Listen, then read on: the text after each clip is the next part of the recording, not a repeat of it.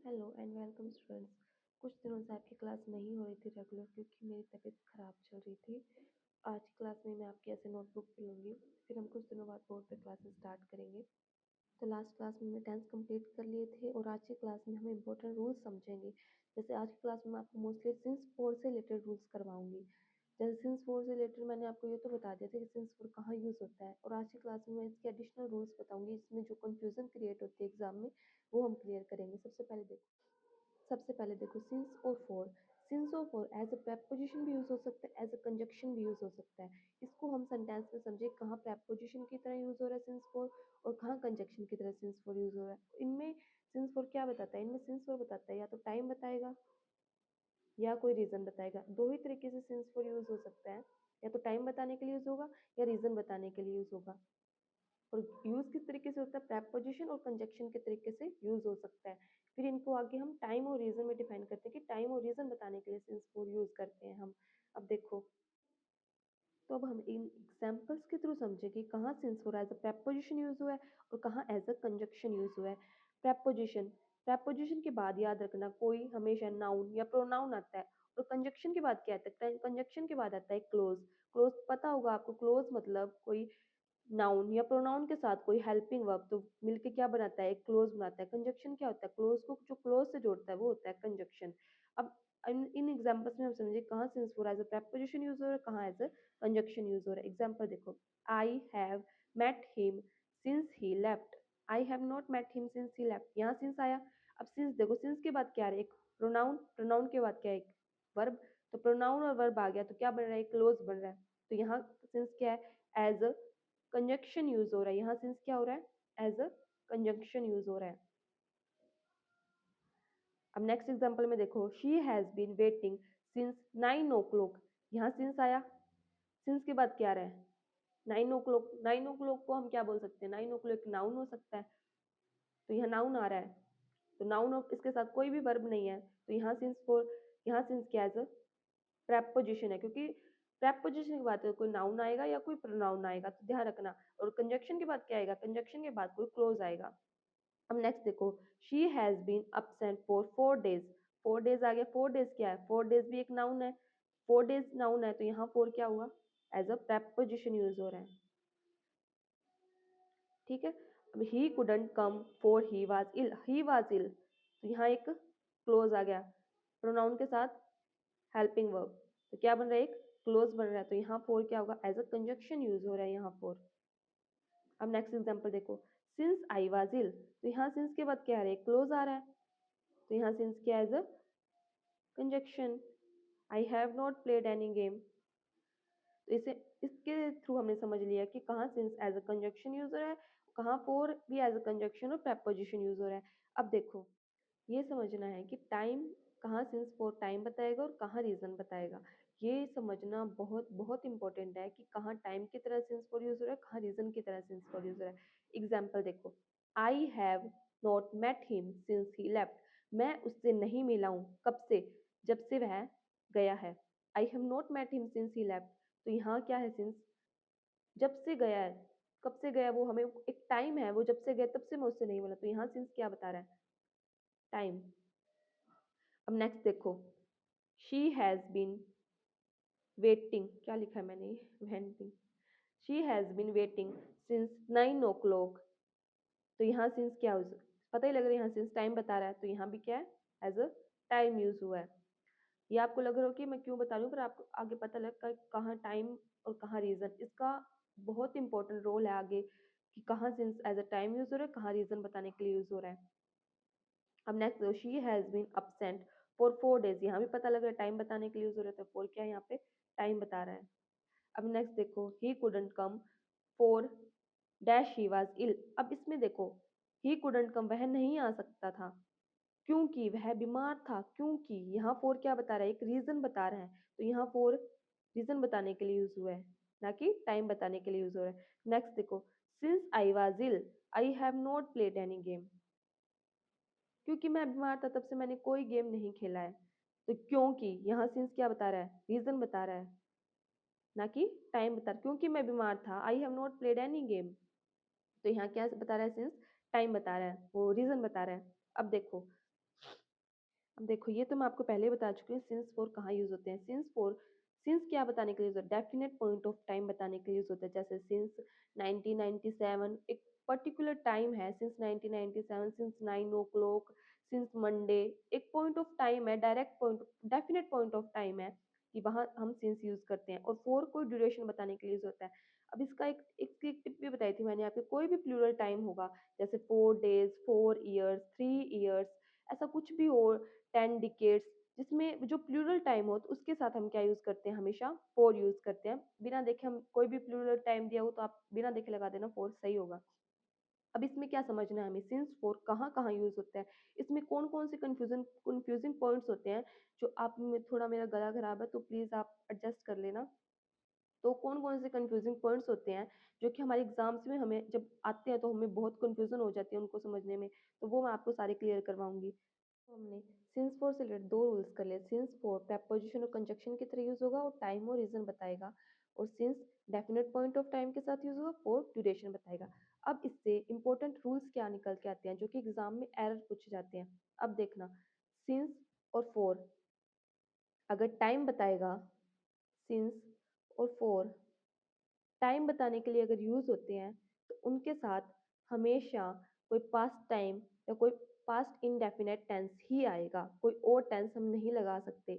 देखो, अब ये मैंने आपको बताया सिंस फॉर टाइम बताने के लिए यूज होगा, और पास्ट टाइम और पास्ट इंडेफिनेट टेंस ही आएगा सिंस फॉर के साथ। फ्यूचर टाइम आ सकता है पर फ्यूचर टाइम बहुत रेयर चांस होता है कि वो फ्यूचर टेंस का कोई एरर पूछे। सिंस फॉर में हमेशा पास्ट टेंस से ही कोई एरर पूछेगा वो। तो ये एक इंपॉर्टेंट रूल है, लिख लेना। सिंस फॉर के साथ पास्ट टाइम और पास्ट इंडेफिनेट टेंस आएगा। एग्जाम्पल देखो, he has been eating non veg food since he was child. यहाँ सिंस क्या बता रहा है? रीजन तो नहीं बता रहा, टाइम बता रहा है कि वह जब से बच्चा था तब से वह क्या खा रहा है? नॉनवेज खा रहा है। तो यहाँ सिंस क्या बता रहा है? सबसे देखो, टाइम बता रहा है, टाइम बता रहा है तो सिंस के बाद क्या आना चाहिए? या तो पास्ट टाइम आना चाहिए, पास्ट इंडेफिनेट टेंस आना चाहिए। तो यहाँ क्या आ रहा है? पास्ट इंडेफिनेट टेंस आ रहा है।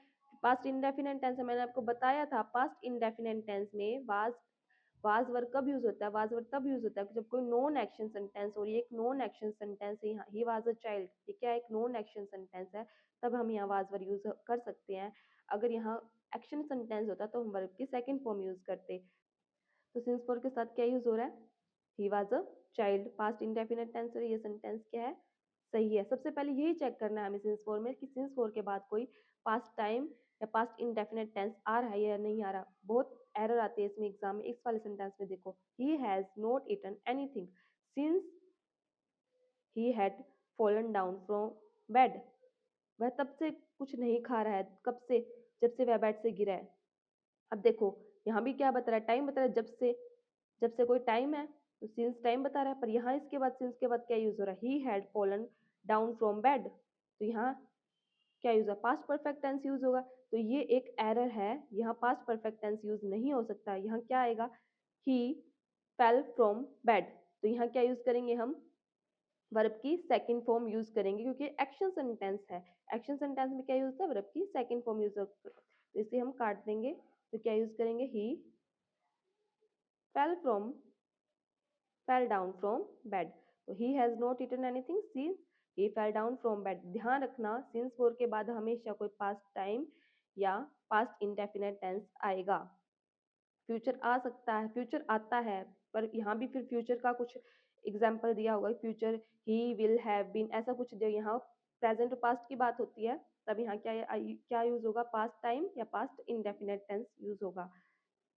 नेक्स्ट रूल देखो, अगर किसी सेंटेंस में ये तीन कंडीशंस दी गई हो, कौन सी कंडीशन? सिंस फोर दिया हो, सिंस फोर के साथ कोई पास्ट टाइम दिया हो या वर्ब की सेकंड फॉर्म दी हो, और सेंटेंस कौन सा हो? एक्शन वाला हो, तब हम कौन सा टेंस यूज करेंगे?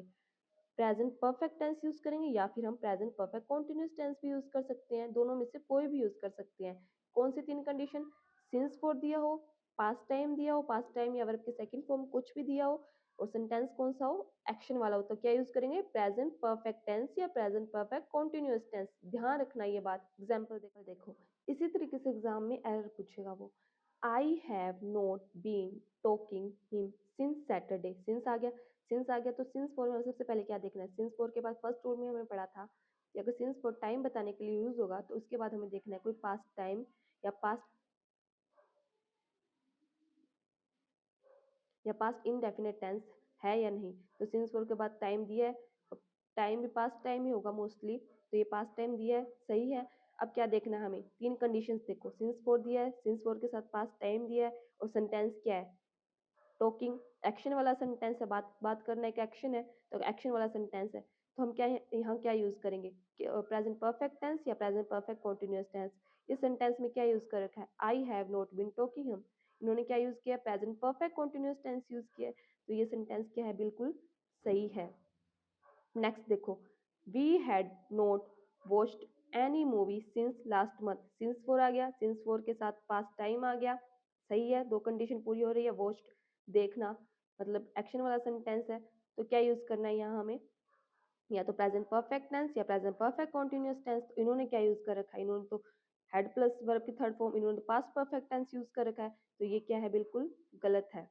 तो यहाँ क्या यूज करें, या तो हम हैव यूज कर देंगे, I have not watched any movie since last month, या फिर हम लिख सकते हैं I have not been watching any movie. इसे हम प्रेजेंट परफेक्ट कॉन्टिन्यूअस टेंस में भी लिख सकते हैं और प्रेजेंट परफेक्ट टेंस में भी लिख सकते हैं, दोनों ही सही होंगे। तो अब ये सेंटेंस बिल्कुल सही हो गया यहाँ, या फिर ऐसे भी बना दो, I have not been watching any movie, वो भी सही हो जाता।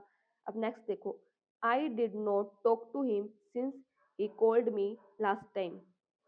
अब इस सेंटेंस, ये थोड़ा सेंटेंस डिफरेंट हो गया, I did not talk to him, तो क्या इन्होंने वी टू दे दी, पास्ट इंडेफिनिट टेंस यूज कर दो, यहाँ सिंस फोर के बाद वर्ब की सेकंड फॉर्म यूज कर रखी है और पास्ट टाइम भी यूज कर रखा है, यहाँ दो चीजें यूज करते, वर्ब की सेकंड फॉर्म भी यूज की और पास्ट टाइम भी यूज किया। अगर वो ऐसे लिखता, लास्ट टाइम ना लिखता, I did not talk to him since he called me, last time नहीं होता, तो इसे हम कैसे सही करते, I have not talked him, इसे हम प्रेजेंट परफेक्ट टेंस में लिख देते। अगर इतना लिखा होता आई ही कोल्ड मी, इन्होंने पास्ट टाइम या ही या सिंस लास्ट टाइम ही कोल्ड मी ना लिखा होता, तभी हम इसे प्रेजेंट परफेक्ट टेंस या प्रेजेंट परफेक्ट कॉन्टिन्यूअस टेंस में लिख सकते। इन्होंने क्या यूज किया यहाँ, इन्होंने पास्ट इंडेफिनिट टेंस भी यूज कर दिया और इंडेफिनिट टेंस के साथ पास्ट टाइम भी यूज कर दिया। हमने क्या पढ़ा था, या तो पास्ट टाइम दिया या पास्ट इंडेफिनिट टेंस, मतलब वर्ब की सेकंड फॉर्म, दोनों में से एक दिया, ऊपर इन्होंने दोनों यूज कर रखे हैं यहाँ। इसका एक अलग रूल बनता है, वो हम करते हैं। अगर एक ध्यान ही कोल्ड में लिखा होता, ऑलरेडी बस कोल्ड में लिखा, तो कुछ भी ना लिखा होता, तब हम इसे I have not talked him ऐसे कर देते, या फिर I have not been talking him ऐसे लिख, तो ये सही हो जाता, प्रेजेंट परफेक्ट टेंस या प्रेजेंट परफेक्ट कॉन्टिन्यूअस टेंस में लिख देते। पर इन्होंने दो चीज यूज कर रखी है, तो इसे हम कैसे सही करेंगे, नेक्स्ट रूल में करते हैं। अब देखो, रूल नंबर ए ये हो गया और रूल नंबर बी ये हो गया।